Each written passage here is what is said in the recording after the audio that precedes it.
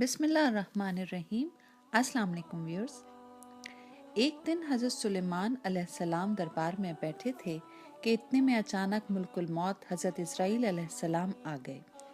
सलाम किया तो सुलेमान अलैहिस्सलाम ने उनसे पूछा कि कैसे आना हुआ, तो इस्राईल अलैहिस्सलाम ने उनसे फरमाया, कुछ नहीं, बस वैसे ही आया था, और उठकर चले गए।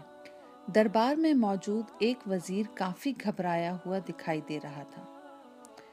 हज़रत सुलेमान अलैहिस्सलाम से पूछा उसने कि ये कौन था? फरमाया कि ये मुल्कुल मौत हज़रत इस्राईल अलैहिस्सलाम थे। वज़ीर ने कहा कि जब वो आए तो मुझे गुस्से से देखा, और जब जा रहे थे तो मज़ीद गुस्से से देखा। मुझे डर लग रहा है, मैं अपनी बहन के पास जाना चाहता हूँ।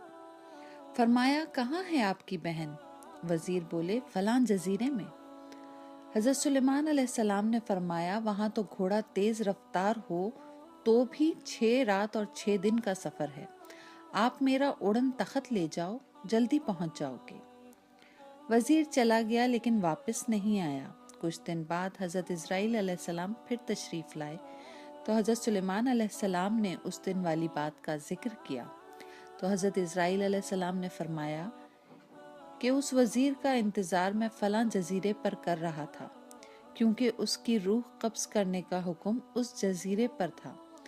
जब मैंने दुनिया पर नज़र डाली तो वो यहाँ आपके पास बैठा था, तो मुझे यहाँ इसलिए आना पड़ा क्योंकि रास्ता 6 दिन और 6 रात का था, और उसके पास तो कुछ ही लम्हे का वक्त था।